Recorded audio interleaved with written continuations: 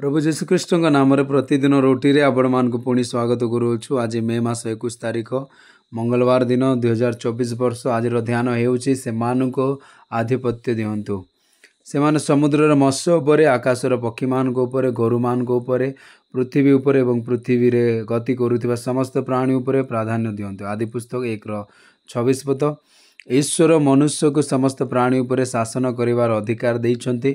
आदम को सृष्टि विषय प्रथम उल्लेख आदि पुस्तक 1:26 रे मिली थाए, किंतु तांको नाम आदम केवल आदि पुस्तक 1:2:19 रे उल्लेख करा जाइछि। आदम नामर अर्थ हेउछि लाल बाली। ईश्वर आत्मा आत्मा एवं शरीर सहित आदम को सृष्टि कले। हवा आदम ठारू सृष्टि होइतिले एवं दुहे शिशु परि निरीह एवं पापहीन थिले। प्रत्येक दिनर शीतर प्रभु सेमान को देखा कले एवं सेमान को सहित चलिले। क्यों वर्ष रे आदम सृष्टि होइतिले? आर्क बिशप जेम्स उसर एही विषय उपरे गवेषणा करिथिले। विभिन्न पद्धति व्यवहार करी तांको सिद्धांत प्रकाश करिथिले जे ख्रीष्ट पूर्व 4004 मसीह रे आदम सृष्टि होइथिले। से अनुसंधान प्रकाशित हेबार किछि वर्ष परे पास्टर जॉन लाइफवुड एक आर्टिकल प्रकाश करिथिले जे ख्रीष्टपूर्व 4004 मसीह आदम सृष्टि होइथिले। 23 अक्टोबर दिन 9 टारे आमे एही विवृत्तिर सत्यता जानि नाउ, किंतु प्रत्येक व्यक्ति तांको सृष्टिर उद्देश्य जानिबा उचित।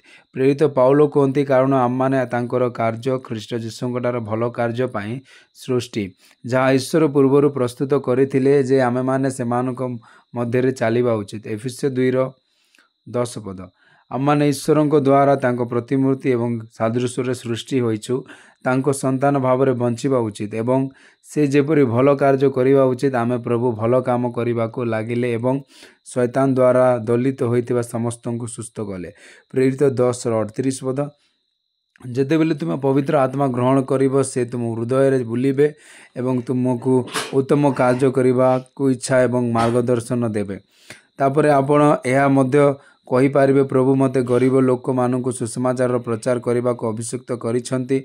भग्न हृदय को सुस्थ करिबा, बंदी मानकु स्वाधीनता घोषणा करिबा एवं बंदा होइतिबा लोक मानकु कारागार खोलिबा पाई से मते पठाई छंती। जेसाया 61:1 पद।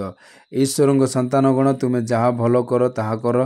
तुमर आलोक मनुष्य मानक आगरे एते उज्जवल हेउ जेपरि सेमाने तुमर भल कार्य देखि स्वर्ग थिबा पिता को गौरवान्वित करिवे। माथ्यू 5:16 पद। जदि तुमे भल काम कर नाही, जेतेबेले तुमे सक्षम, या प्रभुंक द्वारा पाप भावरे विवेचना कराजिबो। अधिक ध्यान करिबा पई तीतस 3:14 पद। एवं आम लोक मानकु मध्य भल कार्य परिचालना करिबाकु जरूरी आवश्यकता पूर्ण करिबाकु शिखिबाकु दियो, जेपरि सेमाने फलप्रद हुअन्ति।